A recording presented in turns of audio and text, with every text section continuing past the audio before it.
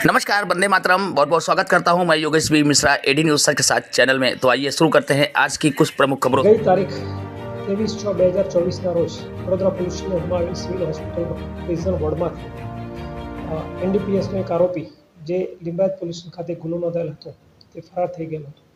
સદર બનાવની વિગત એવી છે કે તેને ટિફિન આપવા આવનાર બે માણસો તથા આરોપી સાથે મળી ટિફિન આપવાના બાને ત્યાં વોર્ડમાં હાજર પોલીસને ધક્કો મારી ગુમરાહ કરી અને પોલીસ હોસ્પિટલ ખાતેથી ભાગી ગઈ।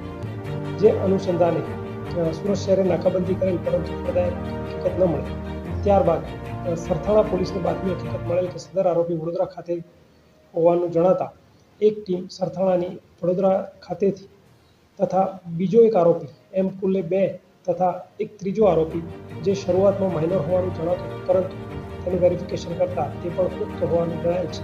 આમ કુલ્લે 3 આરોપી સરથાણા પોલીસ દ્વારા CRPC 41/9 મુજબ કાર્યવાહી કરી ખટોદરા પોલીસ સ્ટેશનમાં સોંપવામાં આવી છે। સદર બનાવમાં બીજા અન્ય કેટલા વ્યક્તિઓ સામેલ છે અથવા અન્ય કોઈની ભૂમિકા છે કે કેમ તે બાબતે ખટોદરા પોલીસ સ્ટેશનના પોસઈ શ્રી ND મીર નાવ તપાસ ચલાવી રહેલ છે।